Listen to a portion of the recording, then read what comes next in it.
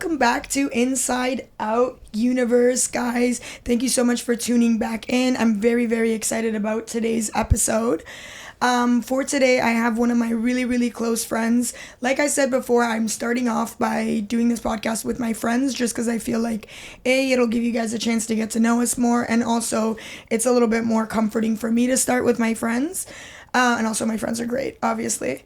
So today I have my friend Anita. Her Instagram handle is Anita Lalaland. She does a lot of really cool things when it comes to like the partying scene, the festival scene, and in general, like making sure that people are having a good time and being safe while they're having a good time. She's one of the most interesting people I know, and I'm very excited to have her on the podcast. Hi. Hi. How are you? I'm amazing. Thank you so much for having me here. Thank you so much for coming on. I know it's not like, it's just the beginning of my podcast, but it means a lot to me that you decided to come. I came back after a festival. That's why I have all my hair up like this. And then when you messaged me, I had all those good energy. And then I'm like, yes, I want to be part of it. I caught you at the perfect time. Exactly. I want to create. I'm so excited. That's amazing. Okay, so for your introduction, honestly, I'm going to be honest with everybody watching also. She does a lot. She's a businesswoman. She's an artist. She does a lot of things. And I just couldn't do her introduction justice. So I'm going to let you explain in a nutshell what it is that you do and what you like to do. Sure. So my name is Anita Lalaland, as you said. Okay, I'm gonna move this a little bit closer. Okay, yeah, now I love my sound better. I'm a sound journey practitioner. Okay, let me start like that. That kid that your parents and your grandparents gonna say, do not chill with her. But that you're gonna want to chill with. Yeah, but you would want to chill with her because all the fun scene is right at Lalaland. I'm a sound journey practitioner, integrating with psychedelic substances. So what I do is we put people in ceremonial way and they're using psychedelic substances and they would lay down, sleep, and I would play music for them and I hold the space to make sure they're having a nice trip. So in case of anybody tripping out, in case of anybody's panicking, or they go through a lot of emotion because these are like a psychedelic healing sessions that people have to purge. You have a lot of cases crying, screaming, writing, and all the emotions are welcome at our sessions. And once I started that, integrating with a lot of psychedelics myself and like putting people through those journeys, I came back to the society after 5 months. In 5 months, I was just like in one community, which they're all older than me. They're all healers. And I was part of a training, like going outside of the city, stay there for like 5 days in a tent. That's so cool. Like, you did that for 5 months? Yeah, 5 months. I did not show up anywhere. Just like for our crew, like coming to the cottage with you guys, things like that. You guys are my close friends, right? Yeah. But going back to society, seeing people, I wasn't out there for 5 months because I didn't want to like interrupt anything and get myself distracted in this journey.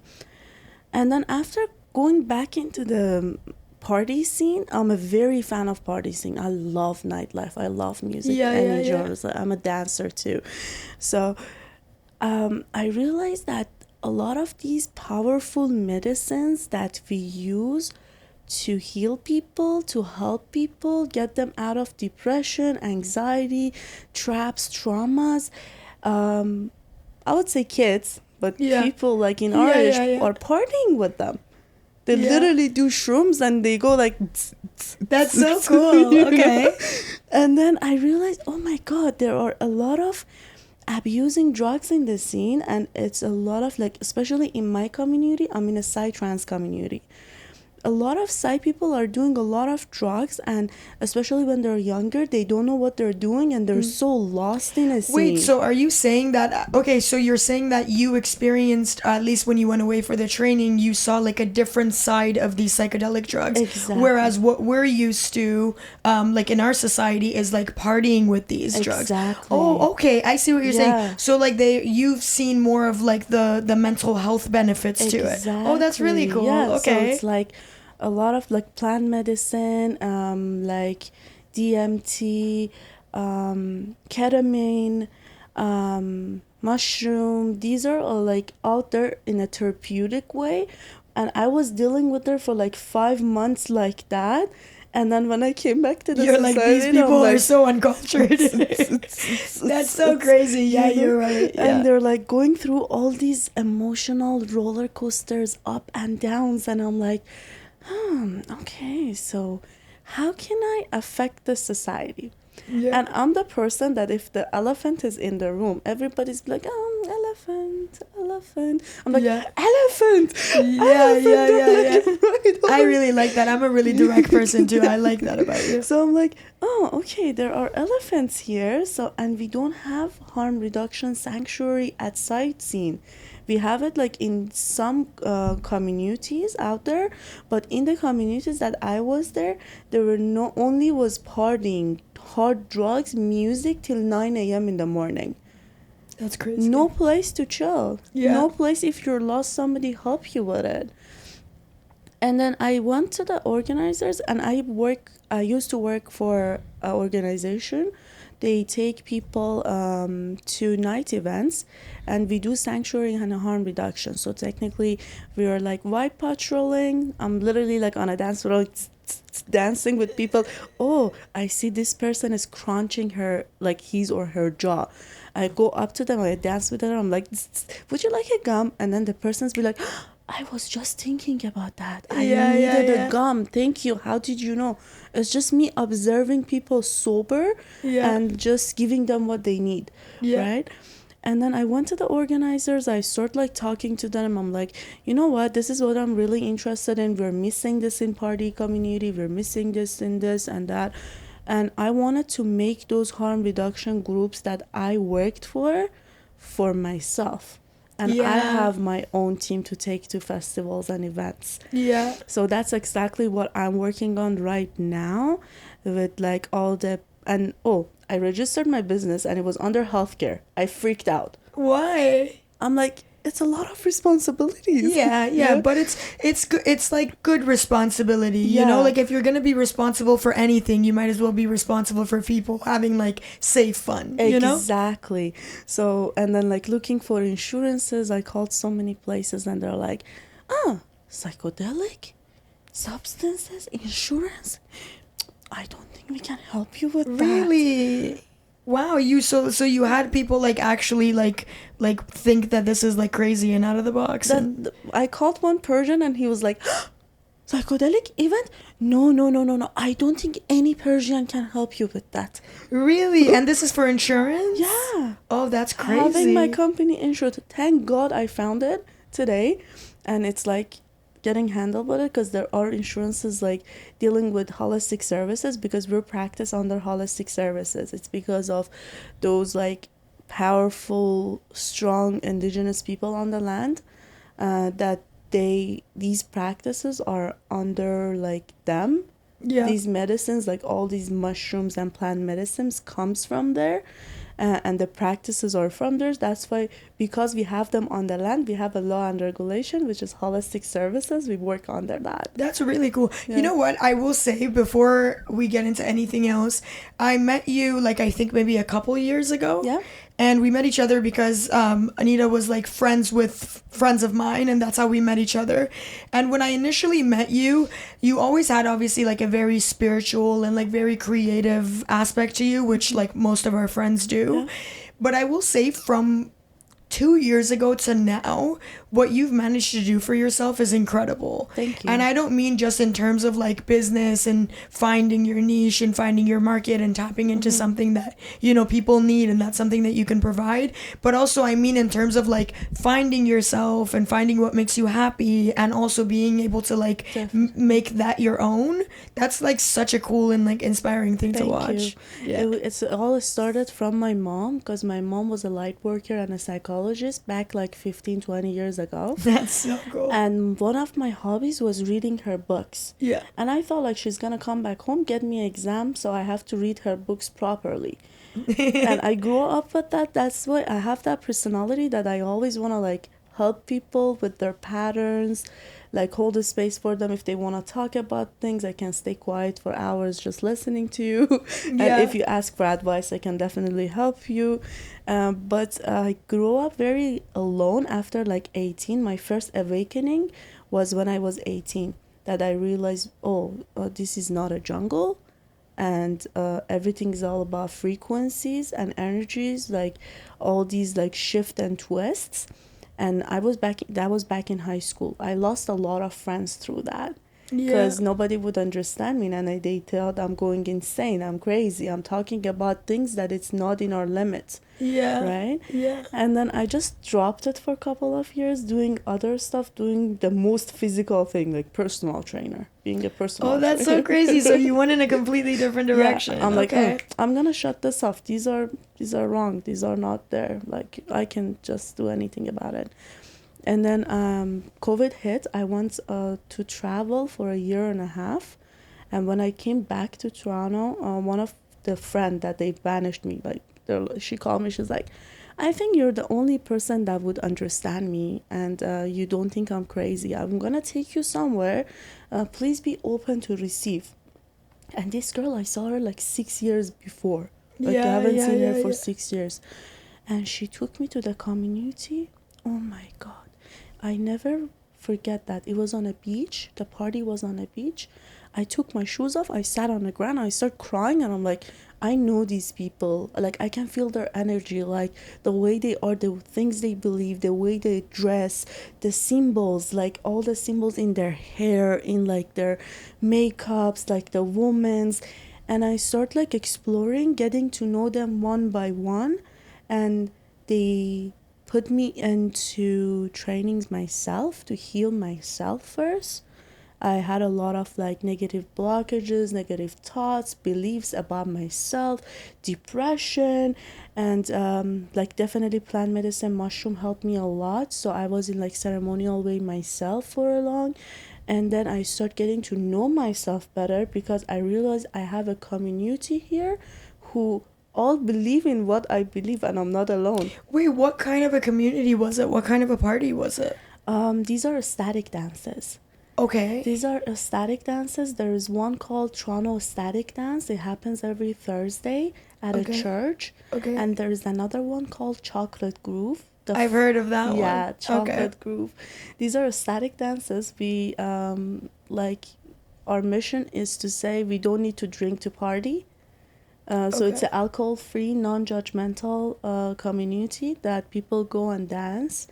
And there are art installations, music, a lot of wonderful, like, light workers, healers, social workers, like psychologists, and people, you know? Yeah, that's really cool. Yeah. That's super cool. That's how random that somebody that you knew 6 years ago. 6 years ago. Yeah. Life is really weird in those ways, you know, and what's meant for you will always find its way back to you. Exactly. You know, so even though you dropped it and started doing other things, it eventually found you. Yeah. What about the sound engineering or the sound journeys that you do? Sound journeys? Yeah. How did you get into that? How did you learn that? It started from Chocolate Groove. Okay. So at the end of these ecstatic dances, people were all laid down, and then we have different instruments which produce white noise, and we took you on a different journeys, like with different instruments, with different noises will trigger some part of your brain that you start off being relaxed, going in a deeper stage. With drums may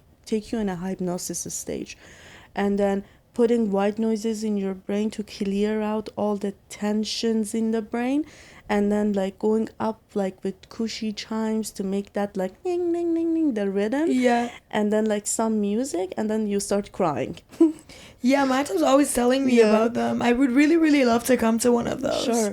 Yeah. So it was at the end of the event, and I always had a performance anxiety, like being in a class talking, like being on an exam, doing driving tests. I did every single test in my life twice. Citizenship, that's so driving crazy. test. Okay, so you have like performance anxiety. Performance anxiety. Yeah. And then I was sitting there. He brought his instrument, Jess. He is the founder of Chocolate Groove. At the end, he does sound journeys. he brought his instruments, and he was like sitting there, and I was sitting all the way at the back just staring at him. I was so inspired, right? And then he started to play, and then I felt the frequencies and everything, and I'm like, everybody's sleeping, nobody's watching me. Yeah, so That's maybe you what can yeah, that's so cool. That's what I'm gonna do if I wanna perform, because I never considered myself as an artist until like a year ago. I remember you told me that when we were making a painting for one of our events. Exactly. I was like, oh, Anita, like we should do it together, and you were like, I'm not artistic at all. And I was like, no one's really artistic, you just kind of have fun with it. And exactly, remember? Yeah. I'm like, no, that's not me. And I'm like, okay, so if I want to be artistic, like if I want to have something in there that I have to perform, it's just like, this is gonna be it, because people are not staring at me.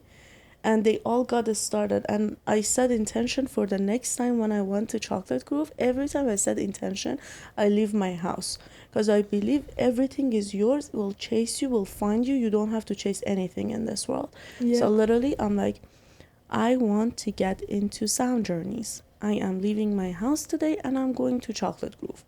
I wonder, at the end, I met this gentleman, and I just tell him my intentions. I'm like, I want to have my own events. I want to do sound journeys. And I was like, I know a very good guy that he's been in this for a very long time. He's a very old, respectful guy, and I can connect you with him. He connect me with him. He's now my teacher. That's so cool. Okay. He connected me with another person that they took me on a camp. I did like Cambo shots, which is like a frog medicine. It's for detoxing. You're gonna start throwing up after you have purging, and they kept me there for like 5 days. After that 5 days, I felt like I reborn.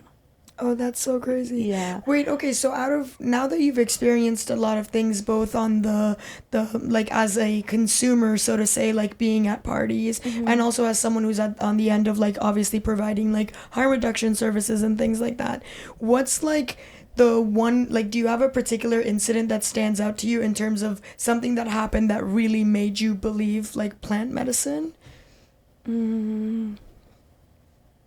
My own transformation. Okay. Because when I started that, I was on antidepressant medication for 2 years. Like regular pharmaceuticals? Regular pharmaceuticals, and I had ADHD. Okay. And I was using Adderalls as well. Okay. But Adderalls, when I started plant medicine, I stopped for 6 months. One day I woke up, I realized my brain is not functioning if I'm not having this pill. If I'm having this pill, I'm extra active and I can do my thing. And I'm like, how does the people in the jungle lived before? Yeah. Like, how about if I'm stuck somewhere and I don't have medications and it's a war? Like, I'm gonna die the first person. Yeah. Yeah, you need something else. Yeah. I don't want to be this person. And I stopped using, like, I brought down the dosage, and I'm like, this is not me. I can function normally. Like, I don't need these medications. I stopped Adderall, and once I start like sitting with plant medicine and mushroom and like ceremonies, I used to use antidepressant. And then once I start on that side, I start getting so much better that those medications were not helping me anymore. Gets me so hyperactive because I wasn't down. My serotonin level was higher. Yeah. And those medications were not helping. It makes me feel nauseous. It makes me feel... That's so interesting. Okay. Yeah, because it's all about the serotonin, right? They work with your brain. I don't know if you knew this or not, but I remember like when I was doing my undergrad, I took a lot of like homelessness classes. So we used to do a lot of work at like safe injection sites and things like that. And one of the things that we talked about was that like one of the things that they found to be most effective for depression and I'm not speaking about pills or medication or anything, is doing community activities. Yes. So for example, they had like people who had depression that started working on a garden together, and those people's like depression significantly improved as opposed to other people who were doing it individually. Exactly. So the fact that you found your community and something that made you happy, Wow. and it actually physically like changed you, Yeah, is really, really exactly. interesting. That's exactly it. It's Yeah. all about community. That's It's all really about cool. community. By the way, guys, for everybody watching, I personally love talking to people who have different walks of life. I sit down and talk to multiple people every day, not even on my podcast. And there are things that I listen to that I agree with. There are things that I listen to that I don't agree with. But nonetheless, I'm a proponent of listening to people, hearing what they have to say, keeping an open mind. So none of this podcast is meant to persuade anyone that, oh, plant medicine or psychedelics are better for mental illnesses or anything as opposed to pharmaceuticals. To each their own. Everybody has their own journey, and if you arrive at where Anita's at, for example, happy for you. If not, and you manage whatever you're going through in a different way, that's also good, and there's no judgment. This is like a judgment-free zone. And yeah, this podcast is not to say that anybody should do anything a particular way.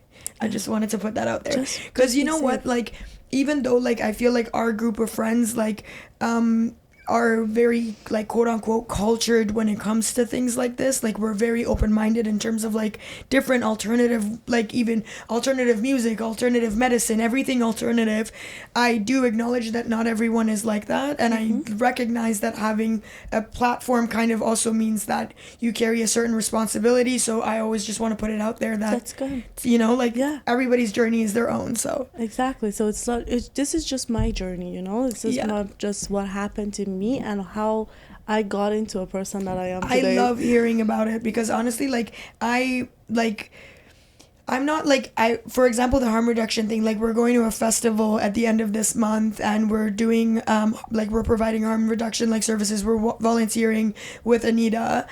She signed us all up because you know, she's getting us all on the train. We're all gonna participate. It's a train. The train is going. We all have to be all there. have to hop on. For me, like, this is much I'm a lot less in it than you and some of our other friends, but I'm still open to it, you know. And I love talking to like people who do things like more or less or differently than I do, because sometimes I'll walk away and I'll be like, how come I never thought about that? You know what I mean? And that's actually really, really cool. Like when you told me about like you putting together your own harm reduction like group and everything, I was like, that's so cool, because you literally found your passion and you made it your own. And that is so exciting to me. Every day that I'm now working on, I'm like, oh my God, I never had passion to put on anything like this, that I actually put time, effort, like do the paperwork, like because it has a little bit of the crazy side that I like, and it has the management side. I can't be fully crazy. I can't be fully manager. I have to be like a little bit bouncing, of like a little bit of the management, a little bit of the craziness. But the last festival that you guys went to, like the wellness festival, Sonic, our friends came back and they were telling me, they're like,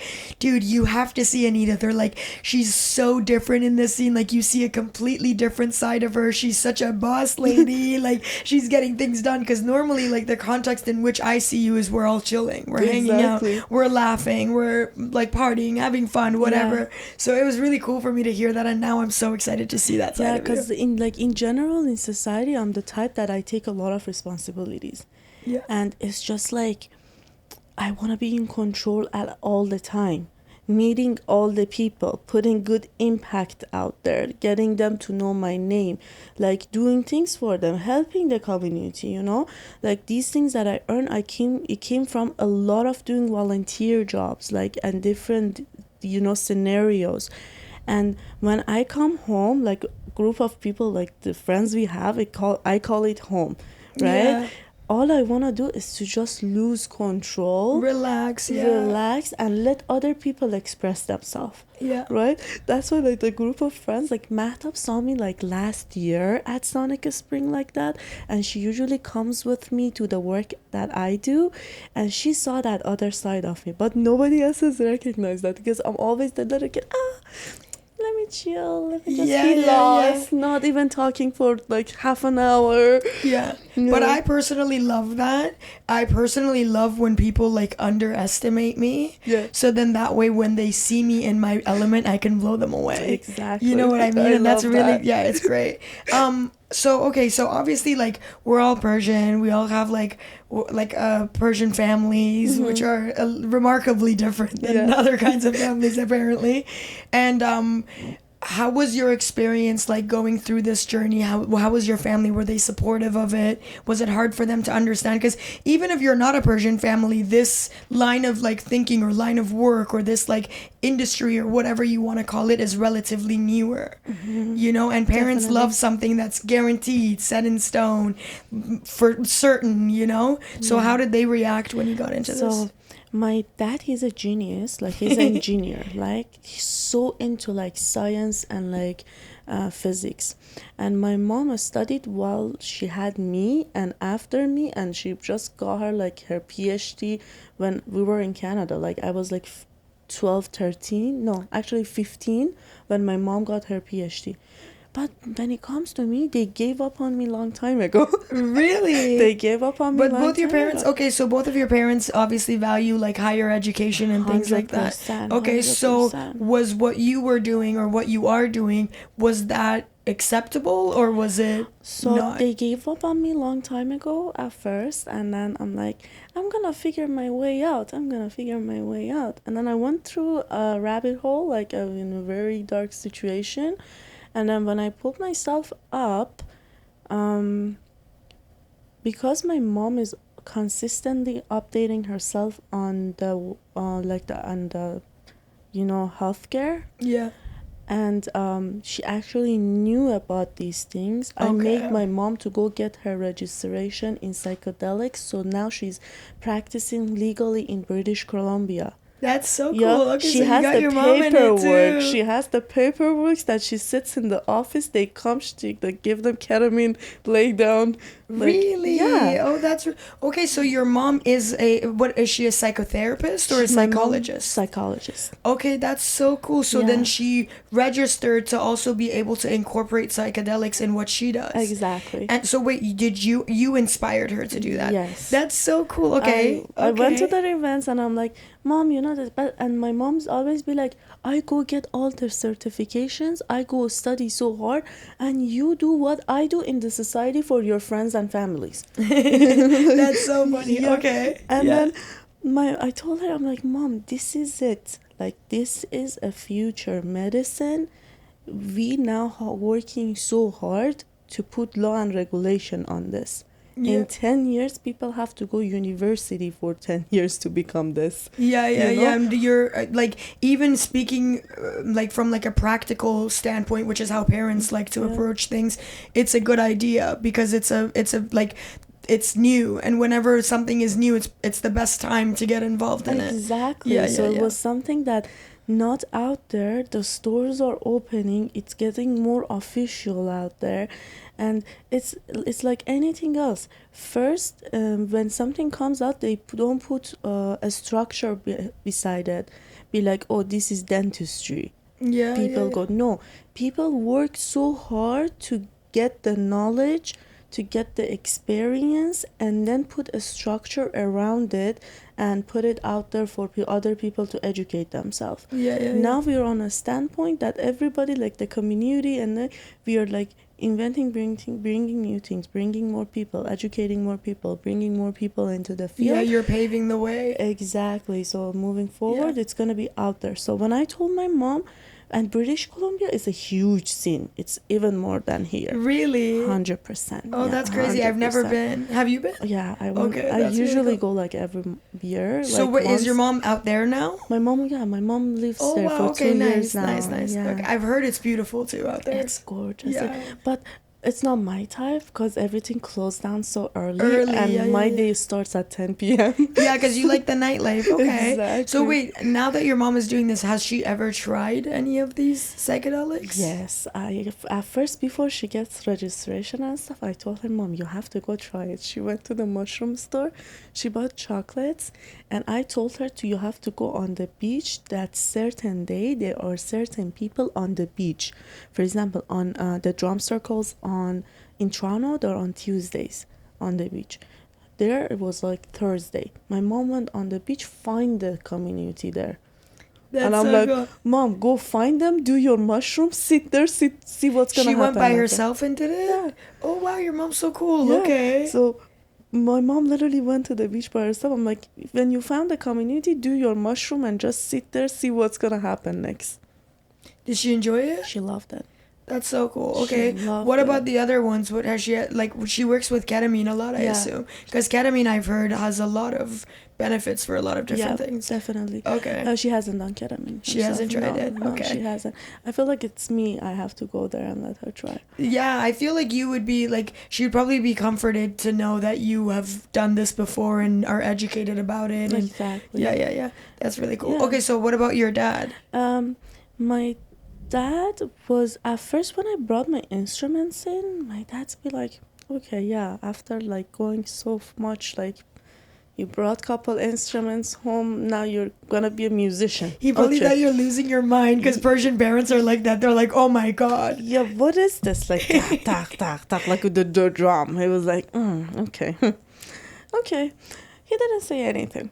And then once it goes more and more and more, I start doing more social media work. I start bringing news that like I have a performance here. I'm now collaborating with this. And he sees that actually like money comes in this. Yeah, because parents, especially Persian parents, really care about that. Exactly. He wants to see I'm stable, so like, you know, for future, like, okay, Yeah, you need for to sure. have a future, you have to have a stable life.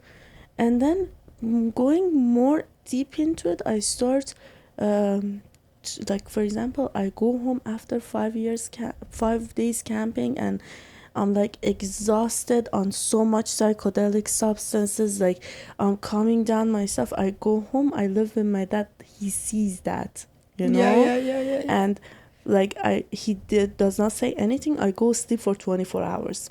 Yeah. And I wake up and I start explaining them, telling them the stories that happened there. You know that like this happened, we did this, we did that. You know, I keep telling him slowly by slowly. That was the time that I was healing myself using psychedelics, right? Yeah. And then he saw the transition in me. He saw the change and the positive effect it had on you. Effect and the transition in me, and the he saw that I am now living without any 9 to 5.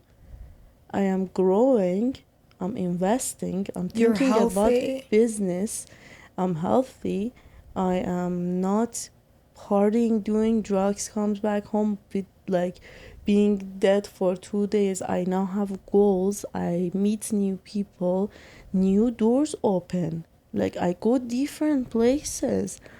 And like he told me that I'm very proud of you, and I very that's support such a good you in moment. this. Yeah. Oh, that's amazing. And like my uncle just moved here, and he's like, you know what? I'm thinking how they make ayahuasca. I want to go and like be in ayahuasca ceremonies. Yeah. You know, I've always wanted to like do like an ayahuasca retreat with my mom. But my mom is like very like square and what you would consider like very like traditional, like she's never done anything, like she barely drinks alcohol. So I think ayahuasca for her, most people would say that ayahuasca is like the mother of all psychedelics, so that you should have experienced some other psychedelics before you experience it. But for some reason the concept of other psychedelics to my mom is very scary. But when I explain that like psychedelic retreats are actually like people who know how to do these things that help you do it, like a lot of people pay a lot of money to go to these places to actually deal with like trauma and like mental health issues and stuff, I kind of gained a little bit of interest from her. Yeah. But also my mom's like a lot more like simple. Mm-hmm. So to her, like I don't want to push her too far. I want her to slowly like become like more open to it. I have a feeling we're gonna go together, me and you and Mumbai. Oh, I hope so. Yeah. To do like an ayahuasca retreat. Yeah. That would be really cool. I am actually planning on it. But you know, with ayahuasca, the thing is like you can't go for one cycle. You have to go for many. Like you have to, depending on what your needs are, and when you assess your needs, then they decide like how many times you should go back and stuff. I was on the plane when I was going to Bali. I went to Bali like last January, and this was like a time in my life where I was like particularly like lost and just like depressed and like not good. And for me, like I'm interested in all the things that you're saying, and like I'm open to like experimenting into like exploring different things. But for me, like my drug is like nature. Yeah, I love nature. Like I don't need anything to be in nature and to actually heal. Mm-hmm. So like I went to, and I'm not anybody who knows me knows this, I'm not a water person or a beach person. I'm a mountains person. I like being in the mountains. I like seeing trees and all that. So I went and I literally stayed in like a rice field in Bali. I went to Ubud and I stayed there. And all I did was just simple life. Eat good. Just be out in nature. Like I didn't listen to any music, anything like that. I literally just everything natural and simple. And on my way there on the plane, I was sitting next to a lady, and she was going for an ayahuasca like ceremony or like a retreat. Interesting. And she was telling me that it's her first time going to Bali for it, because in Bali it's still, I think, not like legalized. Mm-hmm. So a lot of people are reluctant to go because it just adds a layer of anxiety to it. But she was like, I normally do it in like Colombia or like South America because it's close to like the Amazon, and like that's where ayahuasca comes from. And she was telling me that she's done this for years. Wow. Since she was like she had just gotten married, and she was having issues with like her husband, and like they were triggering a lot of like old childhood trauma and things like that. And they both started doing these ayahuasca retreats and stuff. And she was like, it gets worse before it gets better. Yes. 100%. And she was like, but now I feel like 10 times lighter, and now I go for fun, and I actually learn more things about myself. And it sounded so like surreal. Mm-hmm. So ever since then, I've been really curious about it. Yeah. So like in the ceremonial way, they say it has levels of openness and consciousness. So it's started from plant medicine and mushroom plant medicine, and then you go up to Campbell. Right? When you go in a ceremonial way, if you have not done Campbell, they don't serve you. Like if they do it in a proper way, it's not proper to serve DMT, Bufo. Okay. Which they call it Bufo. Okay. Right? So it's like you have to do Campbell to get detoxed, and then integrate with that. Is that the tea that you drink? No, Campbell is a frog medicine. Okay. It's like burning your skin and putting that on your skin, and then it absorbing in your skin, and you go on a purging trip. It's not, you're not tripping. It's. Do you like throw up and like things like that? Okay. You do throw up, and then after the Campbell, Campbell. With these practices, you really have to integrate, like just sit there with it for a while and be like, what happened? So I did my Campbell shot last year, and then after that was Bufo, which is the DMT, and like I did my first DMT ceremony a month ago, which I was literally called there. Like what happened behind it was so interesting. If I tell you, we're not gonna go there, but it says like Campbell and then Bufo, and then sitting with mother. Yeah, you know, that's so cool. Yeah. Okay, I'm the type of person where I feel like things like this should call you. Yes, I don't think that things like this are forced. Like I've been around people also who like do psychedelics to like just party, and not party in like a very like educated way, but party just to abuse like these drugs and stuff, and like I've seen bad things happen to a lot of people. So for me, I'm a huge proponent on you have to wait until you're educated, you're around educated people, other people who are also educated, who know what to do if you need help, if you need anything. And then also for the right time. For me, I think that timing is really important when it comes to things like this. 100%. Because I've been around a lot of people who had DMT pens. They had like they're like, come, I'll sit with you, I'll serve you. I'm like, no, this will come in a divine timing. Even like with my business, with my events, like Moonlight was been telling me so much that I am giving up on you. Why are you not doing something? Why are you not putting yourself out there? And I'm like, relax, divine timing. Yeah. When the right time comes, everything will pull in together. Into place, yeah. And the interesting fact was, I was just sitting at home. I received a text from the owner of the place that I was there for, like my sound training for 4 months. Just in that place that I learned how to become this person. Yeah. The owner of that place called me to go there. Okay. And it's like, there is a ceremony happening. Would you like to be there? And I'm like, yeah, for sure. And then I got there, and the price that he gave me was nothing. In these things, when it comes to not paying a price, means there is a purpose behind it. You have to be there, because these people are not doing it because of money. Yeah. Right? It's something that you've been called to this. And I just followed the sign. I went there, and imagine my teachers, all instruments were like set up there, like his gong and his like everything was there, because he does some ceremonies at that location, And then I got there, and then imagine it's me, the owner, and the guy who is serving. Everybody else is cancelled. Wow, it's supposed to be 8 people. Everybody canceled. It was meant to happen. It was just me, the person who served us, and the owner. And the guy told me, I am not allowed to serve people who I don't know out there, but I've been called here to serve you today, and I know there is a reason behind it. That's why I want to know your integration.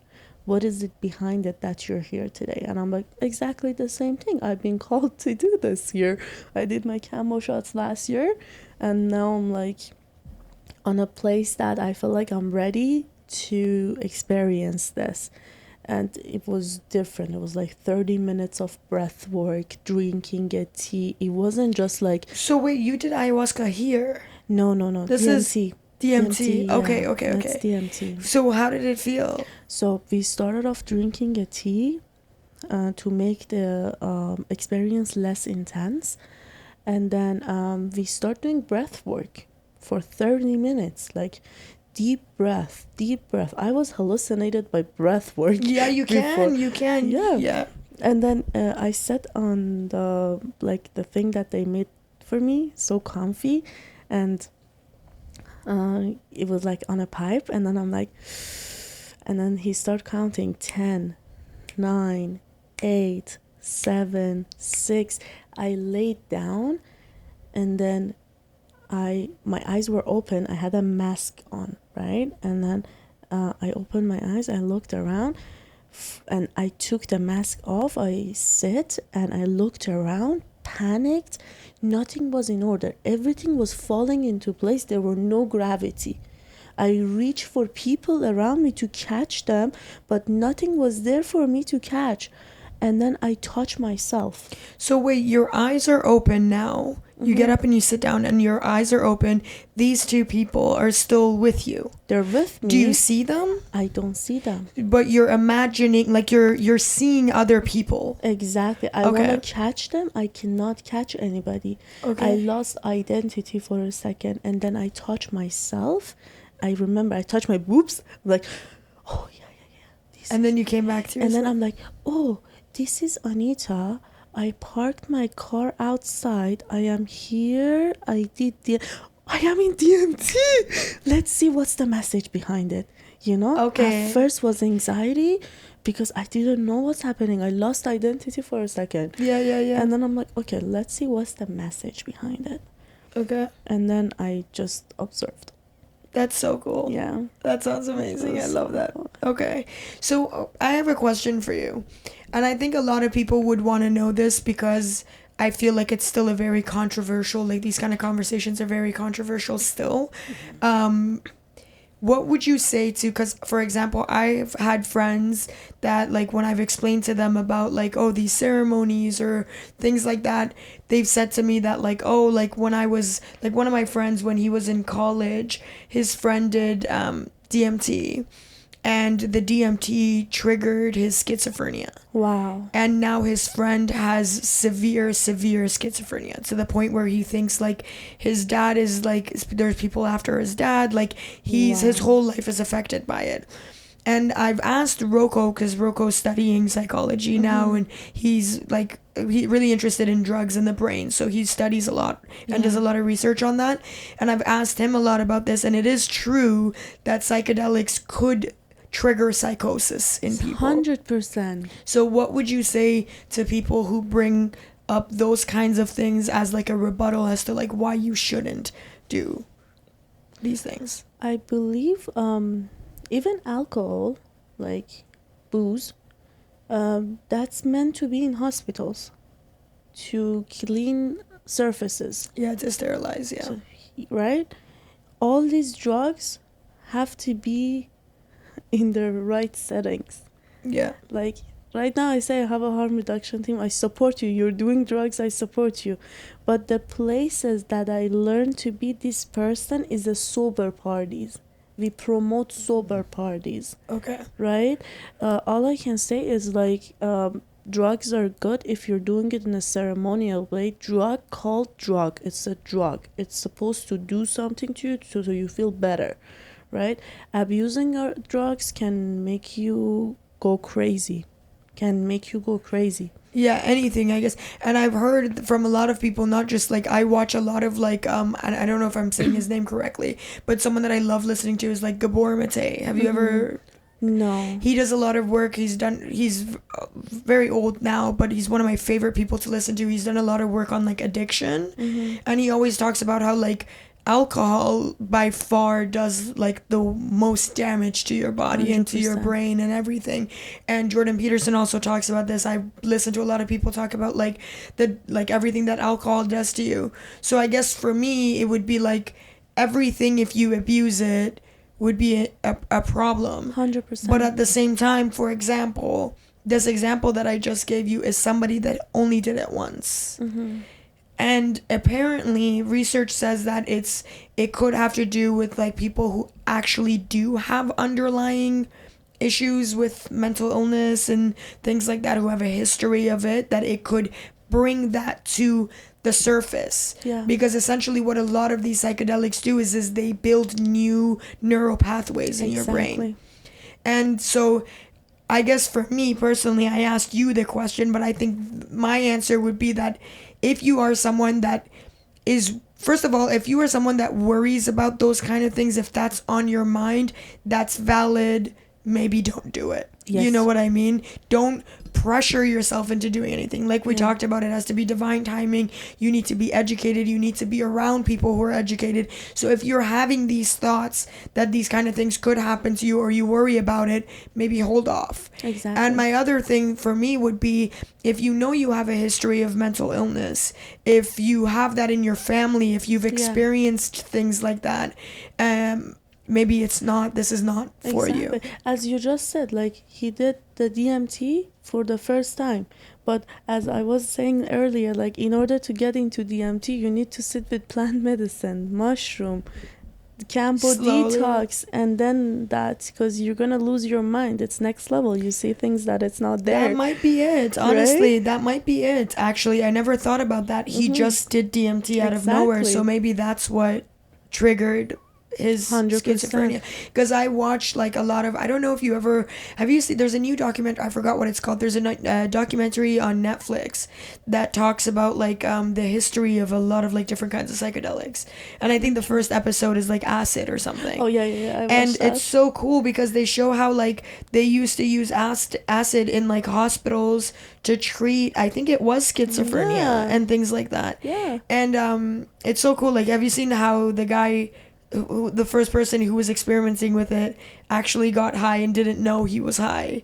And this is like, I don't remember, but I know which one you're saying, because I do remember the first episode was about acid. Yeah. But I don't remember. It was crazy. Like, I don't remember, and don't take my word for this. Everybody could go watch it. I don't remember what it's called, but I'm sure if you went on Netflix, you could find it. And it was he was what was the component of acid? What was the scientific term for it? No. LSD. Oh, LSD. Yeah. So he was doing something in a lab, the scientist. I can't even remember his name. This story is horrible. But he's in a lab and he's doing some work with it, and he didn't know that it could absorb through his skin. So it absorbed, and this is a long time ago. Again, don't take my word on this, but like something in like the 60s or something ridiculous, like a long time ago. And then he's biking home and he starts having an acid trip. Yep. So everything, like, he was going down like a road and he sees the road just going up to the sky. And keep in mind, nobody at the time knows what these things are. So he's freaking out. Exactly. Of like what's happening. And then he goes home and he's panicking so much as to like what's happening. He looks outside. I think it's something that like he sees like his garden and like his backyard. Wow. And he's like, let me just go outside and just try to calm down. He goes outside while he's on an acid trip, obviously, and he ends up like staying in the garden and like gardening and enjoying the outdoors for like hours. Wow. And then his panic attack goes away and he actually starts to realize like, oh my god, this actually makes me feel so good. Exactly. So that's how it started, that people started. Yeah, exactly. It's supposed to be in mental health, right? And like I would always say, like I posted one video out there, and everybody, like the DJs and the organizers, were so mad of me saying that escape rooms are escape rooms. Don't escape to escape reality. Means do not go parties to escape reality. Why would they get mad at you for that? Because like I'm a event promoter myself. I'm at parties all the time, and I come up and I say, like, don't go to parties. But what I meant behind it is do not do drugs and like go because you want to escape your reality. I watched that story and I completely understood what you were saying. Yeah, some people, they took it so wrong, you know. My impression was like, do not run reality to escape, to just go party and escape your reality. And that's what it is. I see a lot of people, they are doing this because they want to run away from their reality. Yeah, and that's how you get addicted, and that's how you exactly like doing acid at night events, like doing things like that. It's fun. Like I've tried it because I want to see like how do they feel doing that, because the way we do acid is so different. We go into nature, connect with the land, touch the grasses, being by ourselves, having a little music in the background. But like the way they do that night events, they do acid and party. It's so much different vibe. I don't say like this is bad, this is good. No, they're all good. They're all experiences in this life. We all here to experience in life the way we want. But experiencing is good. But if you take the control away, that it's not experience anymore, it's addiction, that you even don't know why are you doing it. When you're doing it at events, you get lost. Yeah, because I've always heard you have to have intentions. Exactly. Even you were saying it earlier of how you need to have an intention for these things. And when you get to a point where your intentions are no longer anything constructive or positive, and it's just because it's something you do, then I could see that could lead to, because the same person that I told you, Gabor Mate, I always watches like when he talks about like addiction, he always says like when I work with clients that have like with patients that have addiction issues, he goes, I don't ask them why the drugs, I ask them why the pain. Exactly. And he says like when you get to a point, like basically of like when you get to a point where you are starting to numb your pain with drugs or alcohol, that's the point in which it becomes dangerous, because then that leads to addiction, and you know what I mean, and not doing it in a safe way and all that. So like, obviously, I agree with you. I think that's something that our generation kind of has a hard time with, because especially because of social media, I feel like people are always on the extreme end of things. Mm-hmm. So I feel like people, especially our generation, hasn't quite learned how to do things in moderation and balance, because balance is not interesting. Yeah. Balance is not as interesting as being crazy and being off the rails. And it's because of our serotonin, right? The serotonin, the brain needs serotonin, like, oh, fun, like roller coasters. When it comes to balance, they're like, it's boring, like, it's not gonna work I've myself have always been like that too. Like, I've always been the kind of person where, like, I always needed extremes in order to feel alive, you know, like I needed chaos and like, you know, and I don't know why I have a thing with the word chaos. I feel like I might have to get it tattooed. I have a weird connection to the word chaos. Me too. It's so interesting. Me too. I love chaos. Yeah, I know. It's so interesting. I just said it and it made me happy. Yeah. So I was always like that too. And I'm just now learning to appreciate like being balanced and being at peace and like doing everything in moderation and just like being a more calm like person. It's that's hard. why I like camping. Like, it's a chaos. We have to go. We haven't gone this summer. We're going on end of the month. Oh, you meant like a camp? But I want to do like a separate camping thing for our friends too. Oh, for our friends, it's not chaos. It's so relaxing, soothing, and fun. Yeah, I agree. But can I say something? I always have this conversation with the guys too. I don't want to listen to music when I'm camping. Yeah.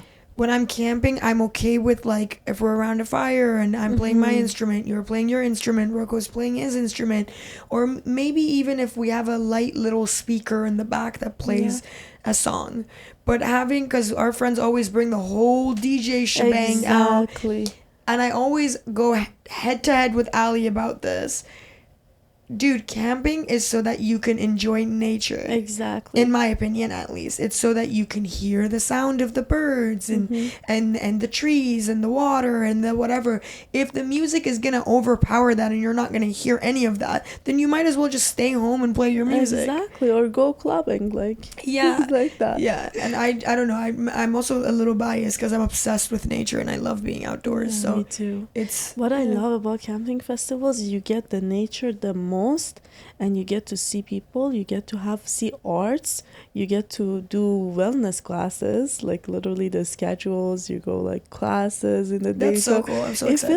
It feels like a little village that everybody living together. You have like supermarkets, you have classes, you have that's so cool. disco to dance. And we're gonna be doing harm reduction. That's I'm so excited to like amazing. actually meet people and talk to people and like maybe even potentially help people. Yeah, I'm doing sound too. I'm doing a sound workshop at 2 p.m. on Sunday. If you want, you can bring your instrument and you did ask me one other time. I actually want to talk to you about this. You did ask me. She asked me one time if I would play. I play the santur, which is like a Persian instrument. It's kind of the way I describe it is it kind of a lot of. Actually, it's not fair to say it's a Persian instrument. It's also an Indian instrument. It's also a Middle Eastern instrument. It's kind of looks like a harp, but like smaller, and it lies flat on the ground. And you play it with these two sticks called like a mizrab. And I played that, and she asked me if I would play it at, I think it was Chocolate Groove. Yeah. And I'm not gonna lie, this is my fault. I'm sorry. I didn't get back to you about it, but that's because you know how you were saying you have performance anxiety? Yeah.